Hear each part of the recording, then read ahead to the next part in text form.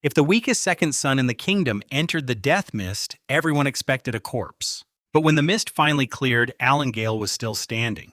And the nobles who had sent him to die suddenly forgot how to laugh. Alan Gale was the second son of the minor Gale family. His house had a title but almost no power behind it. To the great nobles, the Gale name was barely better than common blood. To his own family, Alan was even less than that. He was free labor wrapped in old silk and noble manners. For 3 years, he shoveled dung-hauled, wood-fed horses and carried cargo. The servants were paid for work like that. Alan received insults, leftovers, and more chores. Next month, when he turned 17, his father would throw him out. That was the fate of unwanted second sons. They received no inheritance, no soldiers, and no protection. They were expected to disappear before becoming a problem. But every 3 years, the Falcon Kingdom offered a dangerous chance. 10 second sons from noble families could receive pioneer charters.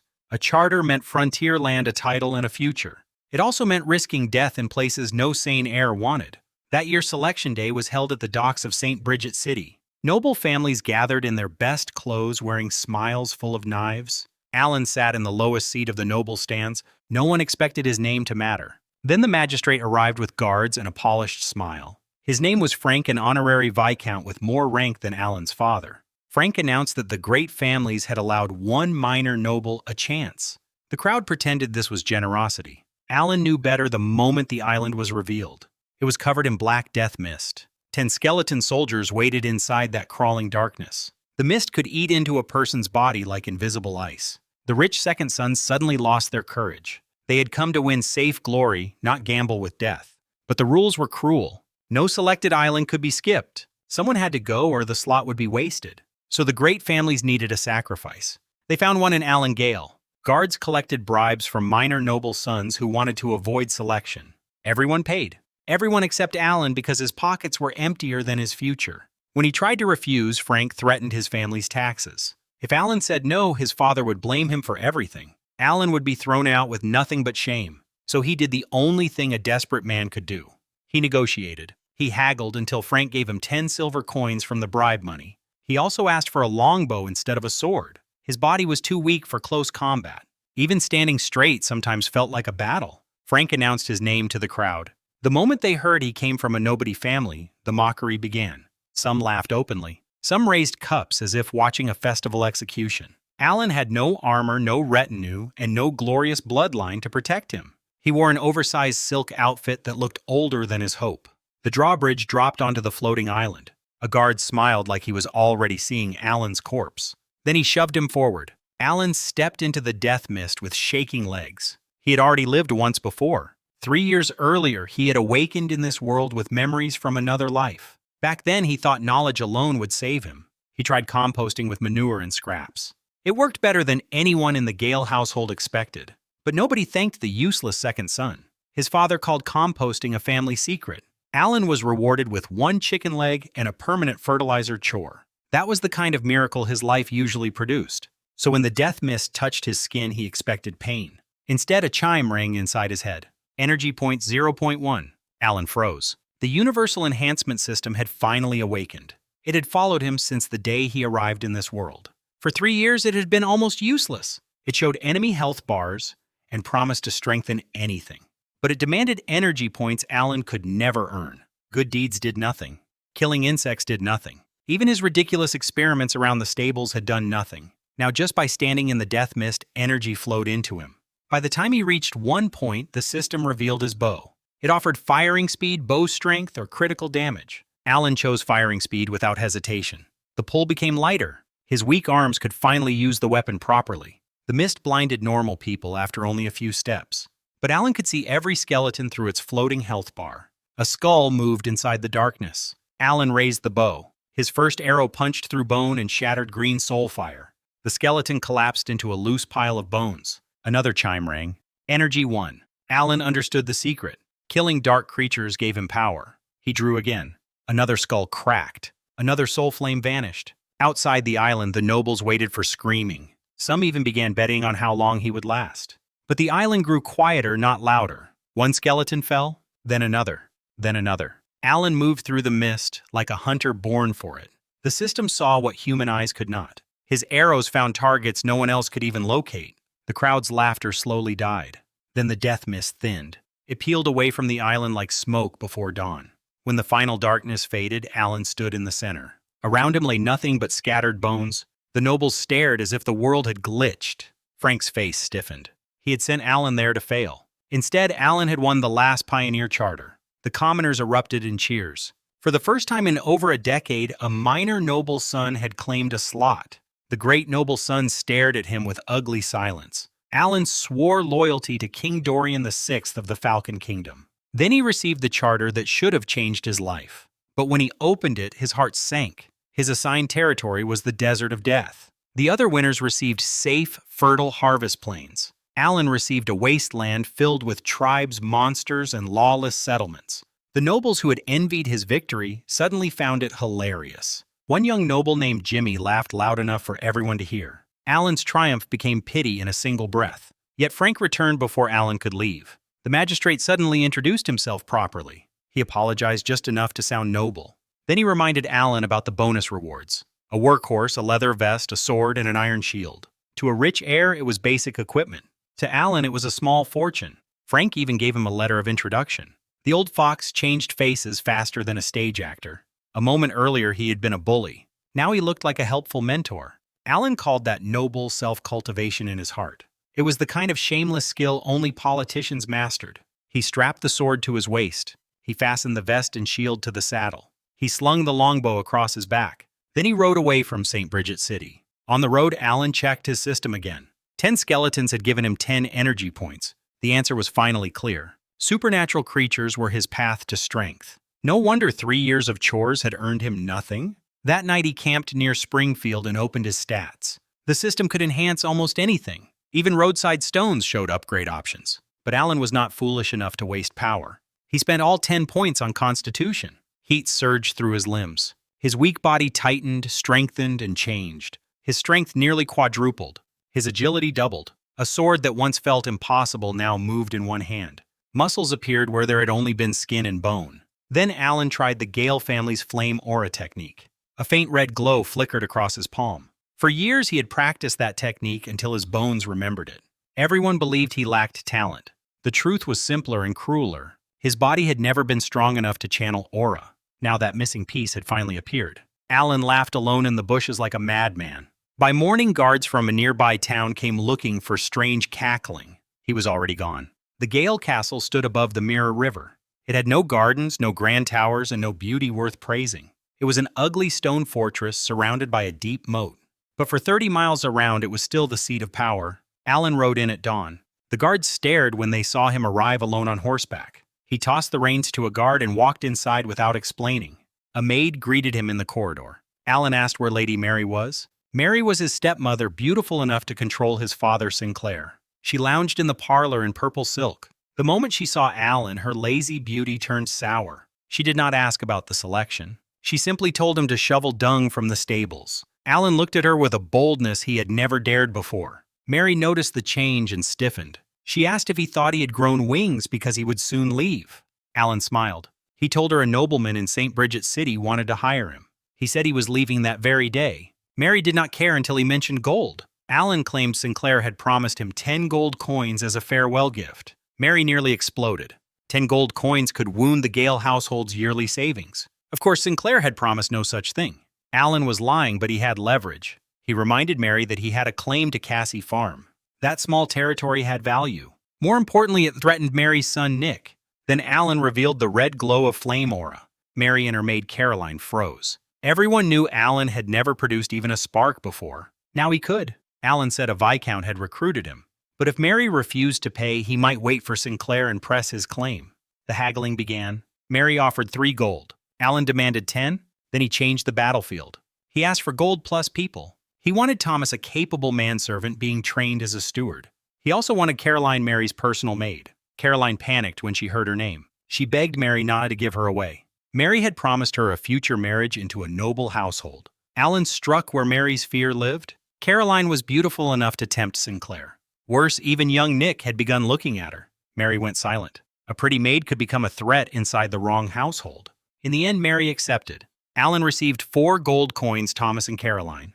In exchange, he signed a promise not to ask Sinclair for help again. For a discarded son, it was an extraordinary victory. Mary sent the money and contracts quickly. She clearly wanted Alan gone before anyone returned. Alan packed almost nothing. A few linen shirts, the old silk outfit, a silver bracelet left by his birth mother. Then Lelia came into his room. She was Mary's daughter from her first marriage, small, lonely, and often forgotten inside the castle. Alan had been one of the few people kind to her. He had told her stories when she cried for her dead father. She had secretly given him extra meat at meals. Now she stood there with tears falling quietly. Alan gave her 2 small storybooks bought on the road. Normally she would have smiled. This time she asked him not to leave. Alan told her he was a lord now. He promised that once his territory was built, she could live with him. He promised her the prettiest room and all the books she wanted. Lilia believed him because he had never lied to her. Alan did not tell her the truth. His territory was this desert of death. A promise like that might be impossible. Before leaving, he gave 2 gold coins to old John the steward. He asked John to enroll Lilia in the Noble Academy. If Alan died in the desert, Lilia would at least have a future. Then he rode away. Thomas and Caroline followed on foot. Even after the castle shrank behind him, Alan imagined Lilia at the window. That image stayed with him longer than the laughter at the docks. 2 weeks later, Alan reached Sandgate City. This was the last major stop before the desert of death. He visited the civil affairs office with Frank's introduction letter. The local magistrate was Locke, Frank's old classmate. Locke explained the true danger of Alan's territory. The desert of death was larger than many kingdoms. Oases were scattered across endless wasteland. Refugees, criminals, failed settlers, and outcasts fought for every drop of water. 3 kingdoms had once used the desert for proxy influence, but the Falcon Kingdom's network had been destroyed 2 years earlier. Now the other kingdoms offered bounties on Falcon-aligned forces. Pioneer lords were included. Alan's head was worth 10 gold coins. That amount could change a peasant family's life. It could also make strangers very eager to cut his throat. Alan left Locke with a new problem. Publicly recruiting settlers was impossible now. If he announced himself, every desperate blade in the desert might hunt him. He brought Thomas and Caroline to a roadside food stall to think. Caroline complained about eating at a street stall. Alan ignored her. Nearby, 5 suspicious men watched Caroline too closely. Their leader wore faded silk and pretended to be a gentleman. But Alan noticed the mistake. A false noble was eating at the same table as his supposed servants. Real servants knew that rule would never be broken. Alan also saw how they measured Caroline like merchandise. Slave trading was common in the desert. A plan formed in his mind. Alan slammed his palm on the table. He scolded Caroline for disrespect and handed her contract back. He told her she was free. Caroline froze, then lit up with hope. She snatched the paper and ran into the crowd. Thomas stared in horror. He knew what happened to beautiful women alone near the border. Alan told him not to interfere. Just as expected, the 5 men stood up and followed her. Alan waited until Thomas finished eating. Then he followed from a safe distance. His system map showed living dots within 10 kilometers. Green meant friendly. Yellow meant neutral. Red meant hostile. 5 deep red dots moved south with 1 yellow-red dot. Caroline had been taken. The men gagged her, tied her, and hid her in a grain sack. They planned to sell her in the desert. Alan followed for 5 days through brutal heat. At last, the map revealed a small settlement in a basin. About 50 people lived there. Lancer and his 4 men controlled it. The villagers were yellow on the map, not hostile. This was not a bandit camp. It was a weak settlement bullied by 5 kidnappers. Alan saw his first foothold. He could kill the thugs, claim the settlement, and build in secret. At night, Lancer drank and laughed with his men. They spoke about harming Caroline before selling her. Inside the shack, Caroline trembled and regretted everything. She thought Alan could not possibly know where she was. She thought he had no reason to save her. But Alan was already 50 meters from the fire. He put on the leather vest. He gripped his bow. The first arrow struck a laughing thug. The second arrow buried itself in another man's neck. The last 2 panicked and tried to run. Alan dropped them before they escaped the clearing. Lancer rushed out, then ducked back inside when he saw the bodies. He tried to bargain from behind the door. Alan said he would take the camp and Lancer's life. Lancer barricaded himself inside with an axe. Alan pretended to leave. When Lancer pressed his head to the door, Alan punched through the wood. The blow shattered bone. Lancer collapsed in terror. He begged, offered the camp, and even offered Caroline. Alan told him the camp was already his. Then his sword ended the matter. Caroline saw Alan enter with a bloody blade and could barely believe it. She rushed toward him in tears. Alan stepped aside. He had saved her, but he was not ready to forgive everything. Thomas arrived soon after with a stick for a weapon. He warned that someone had run to a neighboring settlement. Alan already knew from the map. A man named Val Ironhide was approaching with a dozen men. Alan ordered Lancer's corpse hung from a pole. The 4 dead men were piled beneath it. It was a message written in desert language. Val and his people froze when they saw it. Alan stepped from the shadows and asked if they came to help Lancer. Val immediately denied any connection. The map showed wariness, not hostility. Val explained that Lancer had murdered the former leader, Old Joe. The neighboring settlements had wanted revenge but lacked the courage. Alan had accidentally chosen the perfect target. Killing Lancer made him feared. It also made him useful. Alan declared the settlement his. No one objected. In the desert of death, whoever took a place owned it. Alan introduced himself without revealing his charter. Val left with a cautious agreement to be good neighbors. Back inside, Alan showed Thomas the Royal Pioneer Charter. Thomas's hands shook. He realized he was not losing his dream of becoming a steward. He might become steward of an entire territory. Caroline saw the charter too. Her eyes changed in an instant. Alan explained his secret plan. He would hide his identity, build strength, and reveal himself only when ready. Thomas understood the danger. Without openly using the title of Lord Recruitment would be difficult. Alan was not worried. In a land ruled by strength, he could swallow smaller groups and grow. Caroline begged to stay. She had been terrified, humbled, and suddenly aware of Alan's future. Alan allowed it, but only after making it clear mistakes had consequences. The proud maid lowered her head. The next morning, she brought him clean water herself. For the first time in 3 years, someone served Alan like a real master. Thomas gathered the villagers. Alan refused to give a grand speech. These people did not need pretty promises. They needed food, water, and safety. Megan Sandworm explained how the settlement survived. They had fire date trees and iron scraps. Fire dates sold for copper. Iron scraps came from ancient battlefields buried in sand. There was no wheat and almost no vegetables. The desert soil was toxic. Imported black soil cost too much for poor settlements. Worse, the well was dying. Without water, the trees would fail. Without trees, income would vanish. Without income, the settlement would die. Alan looked into the well. A chime rang again. Energy point 0.1. He had killed nothing. Another chime followed when village women harvested fire dates. Alan tested it. Every harvested crop inside his controlled territory produced energy. The system had not been broken. It had been waiting for land. If Alan had owned territory from the beginning, he might already be unstoppable. His path became clear. Farm to gain energy. Use energy to improve land and water. Grow more crops. Earn more energy. Turn the desert into a machine that fed itself. The system showed him the sand's curse. Chaotic elements from an ancient catastrophe made it barren. Purifying raw desert soil cost far too much energy. But the well could be upgraded for 10 points. With enough fire dates, Alan could pay that price quickly. Val soon came to guide him through local rules. The region's strongest nearby power was the Red Wolf Gang. They controlled trade from Red Wolf City. Small settlements like Alan's survived beneath their shadow. Val led Alan to the Dead Knight ruins. The ruins were the remains of an ancient city. At the center stood Black Nest, a dark creature hive. Death mist swirled there like a living wound. To everyone else, it meant danger. To Alan, it meant energy. Workers dug up buried corpses that generated mist underground. They pulled the corpses into sunlight and collected rusted scraps. Most earned barely enough to eat. Alan opened his system map and zoomed in. White dots appeared underground. Iron scraps. Everyone else dug blind. Alan could see exactly where the metal waited. He directed Megan's crew toward a wall foundation. They struck metal almost immediately. The villagers thought their new master had impossible luck. Alan let them believe that. Too many perfect guesses would become suspicious. While Thomas supervised the workers, Alan hunted near the inner ruins. Skeletons wandered out under the sun. With an axe, he smashed them apart one by one. 20 skeletons meant 20 energy points. He poured the power into Constitution again. His strength climbed. His body stepped closer to the Bronze Knight rank. Then he encountered a dark hound. It was far more dangerous than a skeleton. It moved like a red-eyed shadow. Alan survived by reading the map and striking first. The hound died only after a brutal exchange. It gave the same reward as a skeleton. Alan cursed the system's unfair pricing. More howls came from deeper inside. He ran before the pack arrived. On the way back, his map showed a green treasure dot. He stepped into another group's claimed area. 8 men surrounded him with clubs. Alan had been weak for too long to fear them now.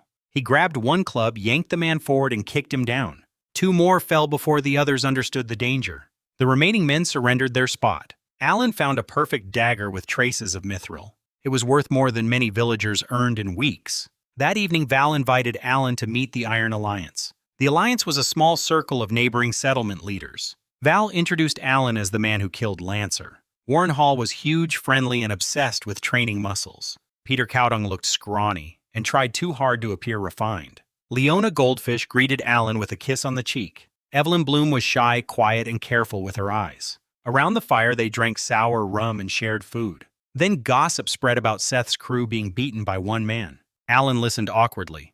That one man was him. When he admitted it, the leaders stared with excitement instead of fear. In the desert, strength was proof.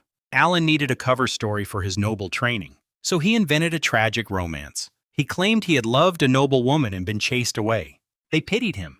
Then he revealed the woman had been married. Everyone nearly choked on their rum. The lie was embarrassing enough to sound true. That night, Alan upgraded the well. Water output tripled. By morning, the villagers called it a miracle. Alan named the settlement Babylon. It was a name from his old world. If a miracle could grow in the wasteland, it would begin here. Soon, Alan took more territory in the ruins. A thug named Morrill had stolen villagers from another settlement. Alan found Morrill's men assaulting a helpless woman. His patience vanished. He announced that he had come to take their street. Morrill threatened him. Alan answered with 5 seconds of violence. 4 men hit the ground before the dust settled. Morrill woke only to be slapped until his arrogance broke. The captured villagers chose to stay with Alan. Babylon's population grew. Its scavenging territory expanded.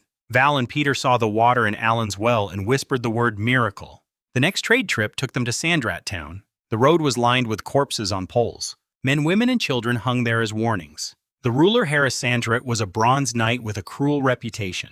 Alan saw the bodies and felt rage settle behind his eyes. At Roscoe's trading post, the Alliance waited in the common line. Partner settlements had faster service and better prices. Alan's goods shocked the manager Jock. Babylon produced far more iron than its size should allow. Alan also sold the mithril dagger for 5 silver. Then he noticed Tessa, Roscoe's daughter. She was reading a book unsuitable for the innocent image she carried. Alan used charm book titles and noble manners to reach her heart. He warned her gently about cynical love stories. Then he recommended romantic adventures and tales of wonder. Tessa listened carefully. Alan acted like a fallen young noble hiding a painful past. She softened. When he reluctantly mentioned the partner contract, she helped him at once. The clerk protested, but Tessa overruled him. Babylon became an official partner merchant. Alan left before Roscoe returned. Roscoe did return moments later. When he learned a stranger had approached his daughter, his face turned murderous. Tessa blocked him with tears and threats. She said she would refuse to leave the desert if he chased Alan. The feared merchant surrendered to his daughter completely. Alan never saw that scene. He was already buying soil. The real black soil had become more expensive. The shop also had useless mixed dirt no one wanted. Alan's system revealed the hidden value. The cheap mixture could be enhanced into usable soil for the same energy cost. He bought all of it. Val thought he had been fooled. Alan knew he had just stolen a fortune in plain sight. He bought 4 young fire date saplings too. But young trees would not solve his immediate need. He needed mature trees. Val told him about wild oases where fire dates grew unclaimed. Leona might know hunters with that information. Alan visited her courtyard in Sandrat Town. Women swarmed him the moment he entered. Leona scattered them with one sharp command. She brought Alan into the kitchen and fed him rabbit stew. He asked about wild fire date trees. She teased him about payment. Then she gave him 3 oasis locations. She also warned him that beast folk raids had been reported. Alan promised to be careful. The first oasis was guarded by a wolf pack. Alan scouted it and found 5 fire date trees. 2 were small enough to dig up alone. The larger trees required manpower. He returned with workers' carts and Val's worried warnings. Alan walked into the oasis alone. The wolves surrounded him from 3 sides. He shot one with the bow. Then he threw the bow aside and fought with his fists. A wolf leaped for his throat. Alan's punch broke its skull mid-air. 2 more fell to left and right blows. The alpha tried to attack from behind. Alan had left the opening on purpose. He grabbed its tail, dragged it back, and crushed it down. 6 wolves lay dead around him. Val and the workers stared at Alan like he was a beast in human skin. They dug up the fire date trees. Babylon's orchard began to grow. Caroline rushed to inspect Alan for wounds. Once she saw he was unharmed, she immediately asked for more trees. Her ambition was almost as hungry as his. Alan planted the trees with mixed soil. When one mature tree began dying, the system stabilized it for 1 point. That changed everything. Others feared transplanting mature fire dates because half would die. Alan could make them survive. Over the next days, he followed a strict routine. He cultivated aura in the morning. He guided iron digging. He hunted skeletons and dark hounds. He upgraded the well and orchard at night. Babylon's fire date production climbed to 150 fruits a day. Then Alan returned to the death mist. Energy poured into him like a waterfall. 50 points came in minutes, then 100, then 200. Deep inside Blackness, something woke. War horses screamed from the darkness. Hundreds of red dots surged across his map. Ghouls, corpses, serpents, and creatures far stronger than him rushed outward. Alan ran with shaking hands and a racing heart. The monster stopped when sunlight became too strong. He survived with 230 energy points. He spent most of it on Constitution. His strength climbed close to true superhuman limits. But he learned a dangerous lesson. He could not drain the death mist too greedily. Something inside Blackness could feel it. On his way back, he heard a woman screaming. Dark hounds had cornered Evelyn Bloom on a broken wall. She shouted for Alan to run. She had no idea what he had become. Alan split 8 hounds apart with an axe. Evelyn watched in stunned silence. Then she could not climb down. Alan offered to catch her. She slipped and fell straight into his arms. Her face turned bright red. Alan set her down quickly. He knew her jealous husband Danny made every kindness dangerous. Val Warren and the others soon arrived with a rescue party. They saw the dead hounds and understood Alan's strength a little more. Alan learned Evelyn's husband forced her to work dangerous areas for extra scrap. Danny took her money and left her to suffer. Alan said little, but the map inside his mind remembered everything. With more water upgrades, Babylon could support more people. Alan needed workers, guards, and land. Leona's other oasis locations became the next target. The gourd-shaped oases were far from safe paths. The small oasis held animals and several fire date trees. The larger one was called the Death Oasis. It was quiet in a way living places should never be. Alan's map showed strange life signs. His health bar vision could not find them at first. Then vines moved. Carnivorous magical plants hid among the greenery. They were flesh-eating green vines with long attack ranges. Hunters had vanished there because the oasis was not haunted. It was hungry. Alan avoided the kill zones with his map. Inside, he found more than 30 fire date trees. 22 were worth taking immediately. He decided to return with workers. When he came back to the edge, his horse was gone. Human footprints marked the sand. Someone had stolen his mount and supplies. Alan tracked the green dot of his horse across the desert. An hour later, he reached Danny's settlement. Men at the entrance denied everything. Alan mentioned the gourd oasis. Their eyes betrayed them. One tried to shove him. Alan grabbed his wrist and slapped out his teeth. Another received the same lesson. Soon, 6 more men charged out with clubs and axes. Their leader, Danny, screamed threats. Alan knocked Danny's axe away with one casual swing. His fist broke ribs and launched the man backward. The rest fell in seconds. Danny begged when Alan stepped on his chest. Alan recovered his horse. He also discovered a stolen camel worth more than the horse. Danny's settlement was dying. The well had nearly dried. Their fire date trees were withering. Danny had been stealing to escape and abandon his people. Alan saw an opportunity without guilt. He ordered the villagers gathered. Over 30 hungry people appeared. Alan saved the 2 dying trees with energy. Then he told Danny and his men to leave. They obeyed because broken ribs are persuasive. Alan took the villagers' trees, soil horse, and camel back to Babylon. Val and Warren rushed out with weapons when they saw strangers approaching. Alan rose from the branch he had been riding and told them to relax. Warren stared in disbelief. Alan had lost a horse and returned with a camel, trees, and settlers. In the desert, that counted as an incredible trade. Evelyn later gave Alan a linen undershirt she had sewn herself. She thanked him for saving her. Alan accepted it carefully. In a place like this, even kindness could become dangerous gossip.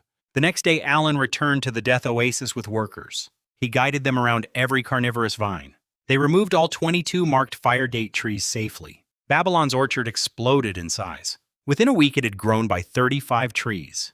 Mature trees produced fruit immediately. Young trees promised future wealth. Farming energy now came steadily every day. On the next trading day, Alan used the partner line at Roscoe's post. His iron and fire dates shocked the clerks again.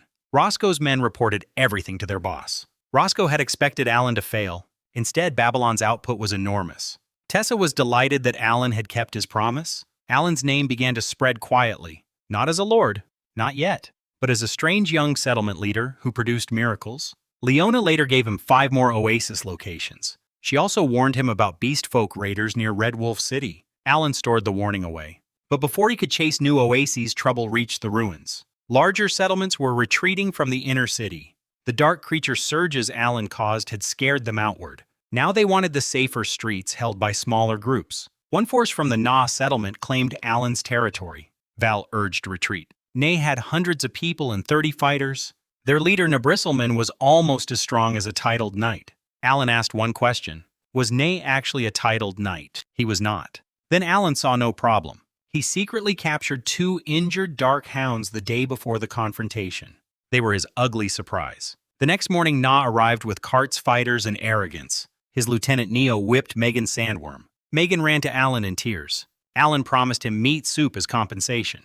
The tears stopped almost instantly. Alan walked to meet Neo. Neo grabbed Alan's collar and tried to lift him. Alan did not move. Neo punched. Alan caught the fist in one hand. Then he beat Neo's face while holding him upright. Neo could not fall dodge or beg properly. His men ran for their boss. Alan picked up the 2 sacks holding the dark hounds. Na marched forward with all 30 fighters. Alan warned him to leave. Nay ordered his men to charge. Alan threw the sacks into the crowd.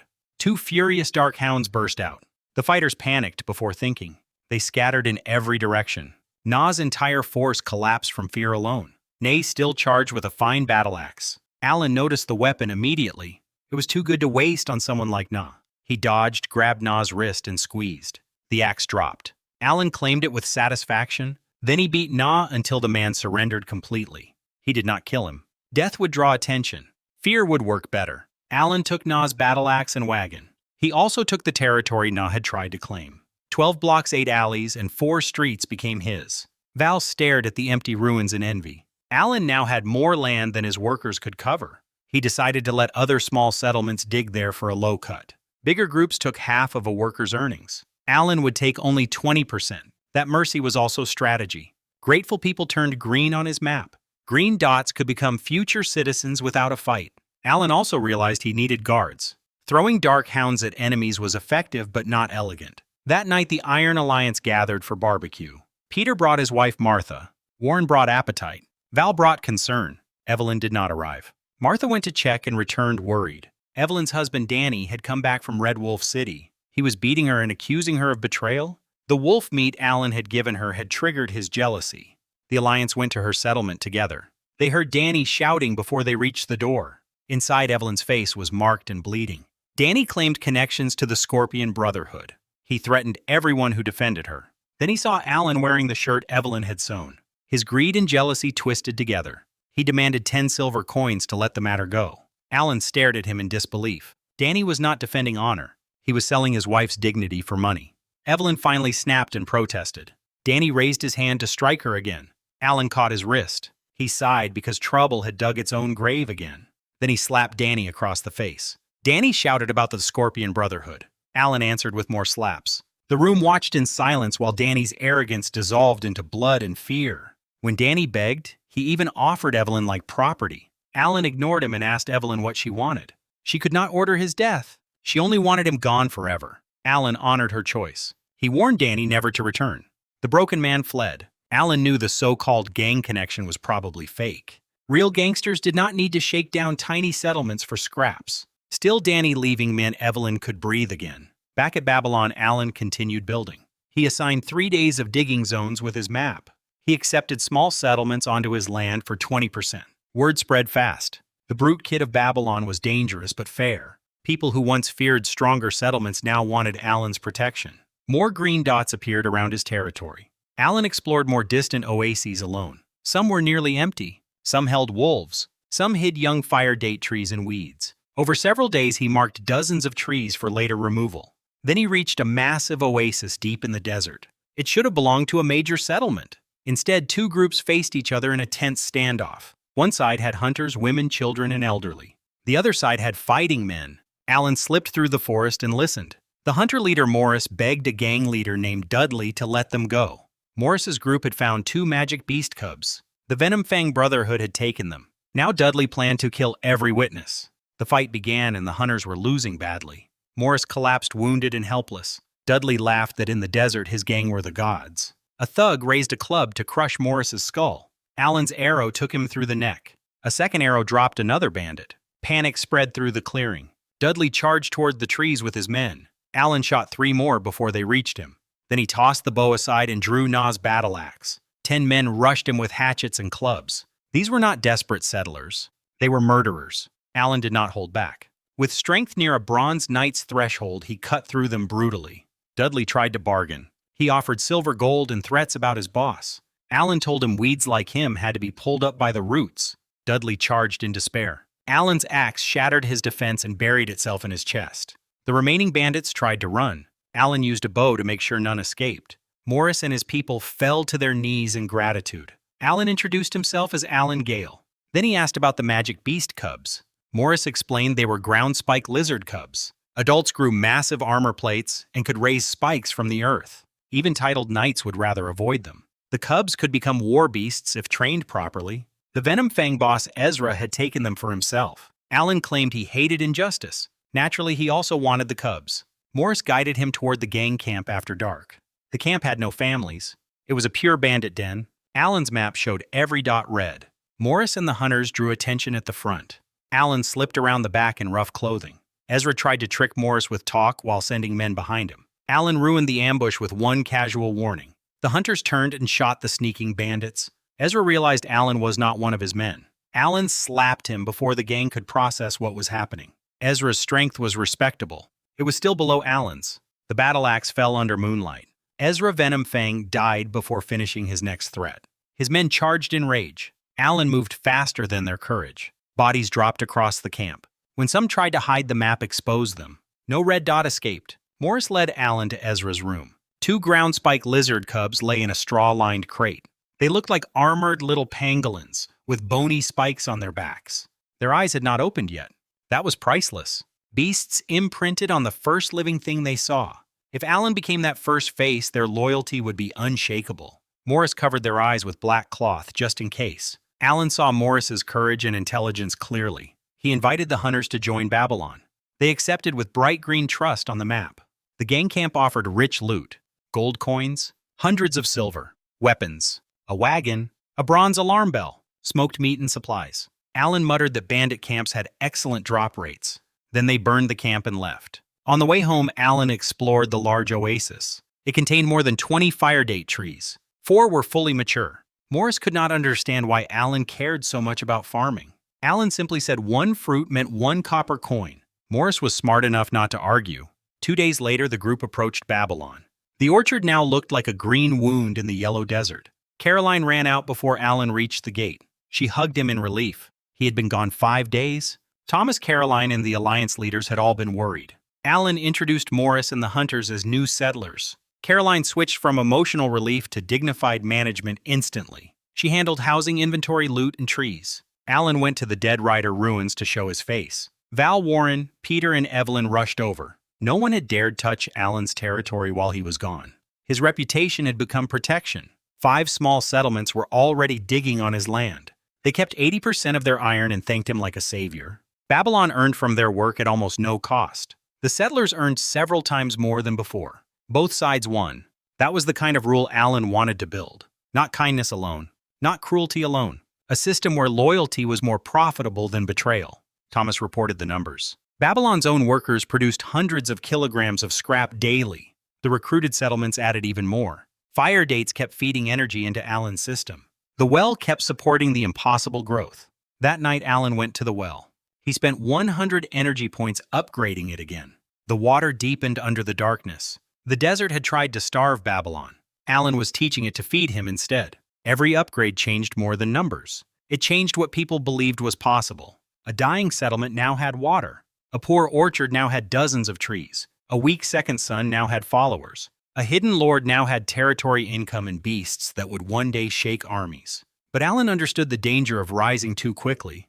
The desert rewarded strength, but it also watched strength closely. Roscoe's trading post had noticed Babylon's impossible production. Larger settlements had noticed Alan's fists. Bandits would eventually notice the missing Venom Fang camp. Red Wolf City would not ignore every ripple forever. For now, secrecy remained his shield. He still could not announce himself as a Falcon Kingdom pioneer lord. His head still carried a bounty. The other kingdoms still wanted Falcon influence erased from the desert. But the difference was simple. Alan was no longer alone on a bridge waiting to die. He had Thomas to manage his future government. He had Caroline to control production and household order. He had Morris and the hunters for scouting. He had Val, Warren, Peter, Leona, and Evelyn as allies. He had grateful settlements digging under his protection. He had a system that turned land into power. He had 2 magic beast cubs waiting to open their eyes. Most importantly, he had proof. The world had called him useless because it measured the wrong thing. His old family saw weak bones. The nobles saw a disposable second son.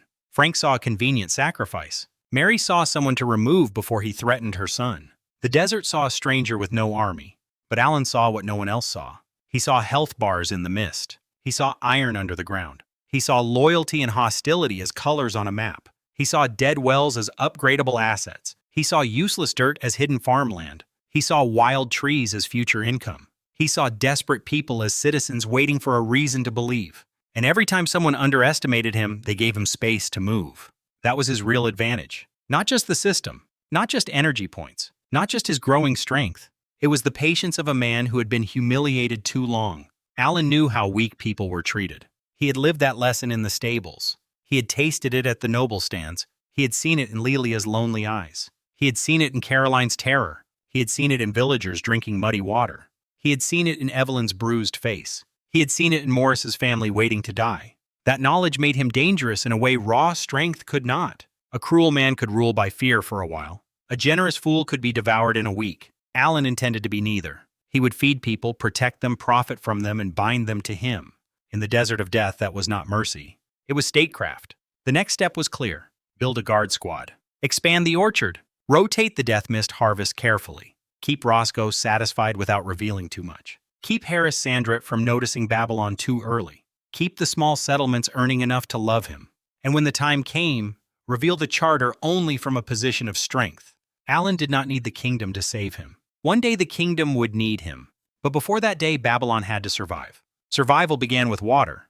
The upgraded well became the heart of everything. Its water fed people trees, animals, and dreams. Every bucket drawn from it made the settlement feel less temporary. Every fire date harvested rang like a tiny coin inside Alan's system. Every card of iron proved the ruins still had value. Every newcomer who stayed made Babylon harder to erase. Thomas began organizing workers by household. Caroline recorded fruit counts, scrap weights, and supplies. Morris trained scouts to move through open sand. Val carried news through the alliance. Warren bragged that Babylon's meat tasted better than noble feasts.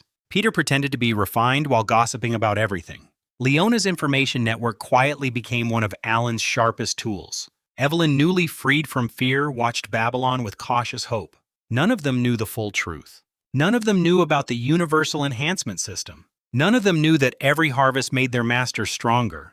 They only saw results. In the desert, results mattered more than explanations. Alan let rumors do part of the work. Some called him blessed by the gods. Some called him the brute kid.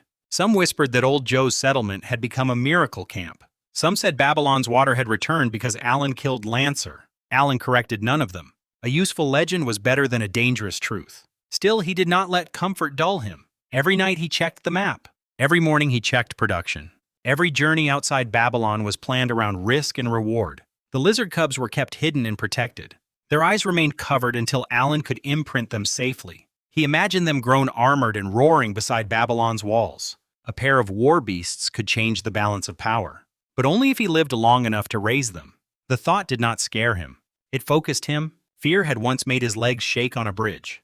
Now fear became calculation. How many enemies? How much water? How many workers? How much energy? How long before someone stronger came? Alan counted everything because numbers were harder to fool than pride. The nobles at St. Bridget City had measured him by birth. Mary had measured him by household politics. Lancer had measured him by appearance. Ney had measured him by size. Dudley and Ezra had measured him by age. Every one of them measured wrong. Babylon would not make that mistake. It would measure strength in food, stored water, secured land controlled, and people loyal. It would measure victory by whether children slept hungry or full. It would measure fear by how far enemies walked around its borders. Alan stood beside the well after the upgrade and listened.